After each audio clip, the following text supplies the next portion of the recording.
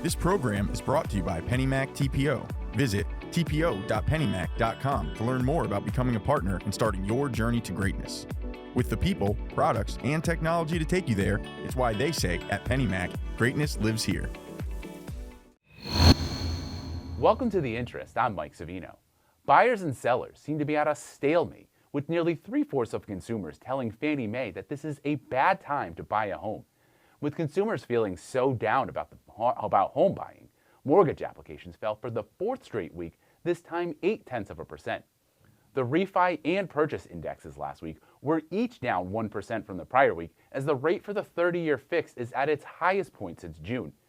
In fact, MBA chief economist Mike Fratantoni noted that mortgage rates moved higher over the course of last week as markets continued to reassess the prospects for the economy and the path of monetary policy, with expectations for short-term rates to move and stay higher for longer.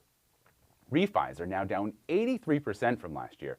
Purchase activity is also showing a slide, down 23% over the same period. With purchases and origination continuing to slide, United Wholesale Mortgage CEO Matt Ishbia says that the market is heading back towards normal, and we could be there by the end of this year or early next year. Not only are families taking more time to buy homes, investors are also pausing their activity in the housing market, Ishbia said in his monthly 3 Points video. That's because home prices are so high, it's making it hard to turn a profit renting out those properties. And as a result, sellers are having to keep adjusting their prices. As he noted, originators who can close loans fast will help buyers take advantage and get a home below asking price. In the same video, Ishbia also expressed concerns about increasing capital eligibility requirements for sellers, servicers, and issuers. The new standards won't take effect until next September, but Ishbia warns it could eventually lead to more consolidation in the industry, especially with non-bank lenders.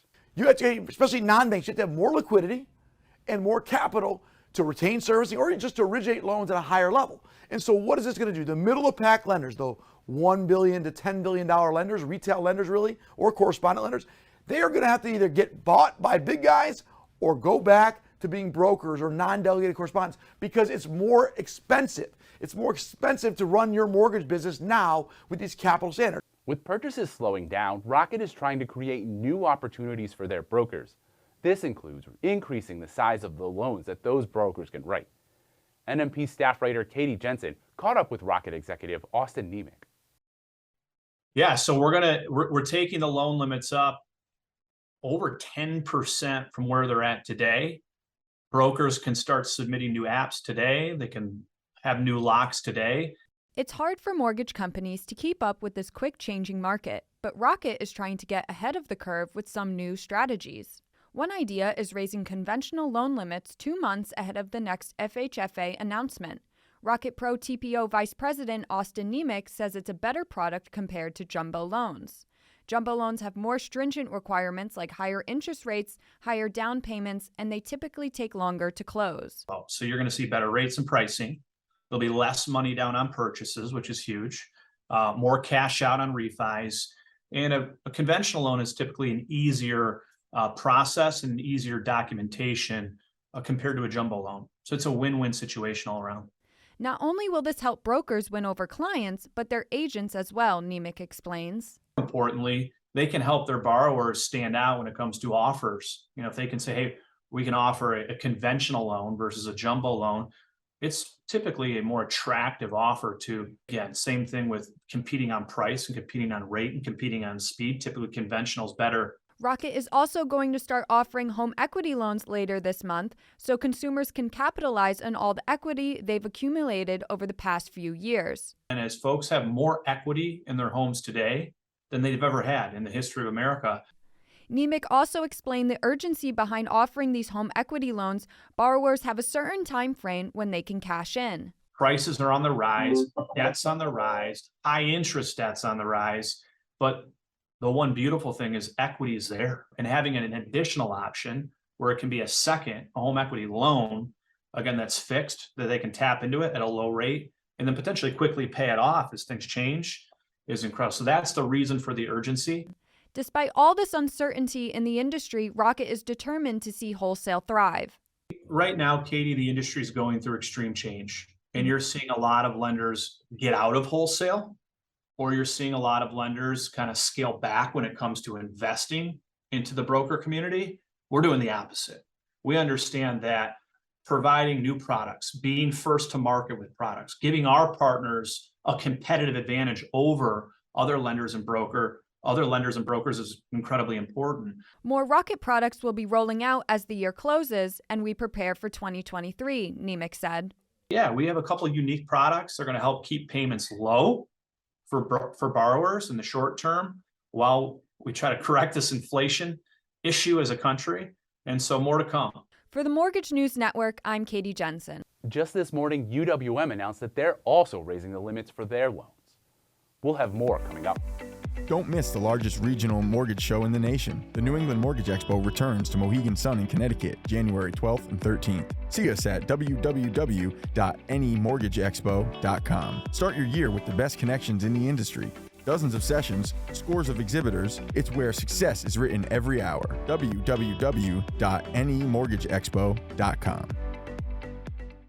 With the market slowing down, referrals are as important as ever. But a new study shows that your customers may not be as happy as you think they are. We asked an expert about what you can do to make sure you're cashing in on the best advertising there is, word of mouth. What we're really after is not somebody who's just said, yeah, I had a pretty good experience. You want the raving fans. If you want to get referrals for future customers, you need to do more than simply close your loans. But a new survey from Stratmore Group and SnapDocs, a digital closing platform, found some originators aren't meeting the mark. 20% have issues. I think that's surprising to a lot of people. 1 in 5 customers reported having a problem at some point during the mortgage process, and 70% say the problem occurred during the pre-closing or closing. So you have your application, you have your dot collection, but then the very last 3 days account for 70% of it.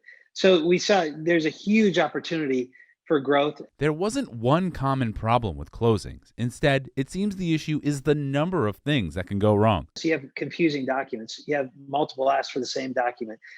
You have the closing didn't start on time, or you didn't have visibility of the numbers. The mortgage industry has fixed these problems before, and the solution has been with technology. 10 years ago, the application process was the biggest pain point. A lot of lenders, a lot of POS systems sprung up, said, we're going to solve this. But there's other easy solutions, like being there for your borrower. It will kill your referrals if you don't do it. But a lot of loan officers and processors think, I made the phone call, and they think I can check that box, but that's all they do. They leave a message. They never have that conversation. You may feel overworked trying to keep business coming in. But remember, problems can cause borrowers to stress out about losing their dream home, and a lack of communication can make it worse. Emotions are high because you may have put in 6 offers on 6 different houses, finally got one accepted, and now you're at the end of the process, and you're thinking about, do I have to rewrite my contract to extend it further? Am I going to lose this house? Am I going to lose my rate lock? And you're not likely to get many referrals from customers who are merely satisfied. It's the ones who feel you went above and beyond that will bring you more business. The ones that are really keyed into creating an amazing customer experience, those are the ones that they're not having to fire a bunch of their staff. For the Mortgage News Network, I'm Mike Savino. We'll be right back after a word from our sponsor. This program was brought to you by PennyMac TPO. Visit tpo.pennymac.com to learn more about becoming a partner and starting your journey to greatness. For more on these and all of today's top stories, go to mortgagenewsnetwork.com.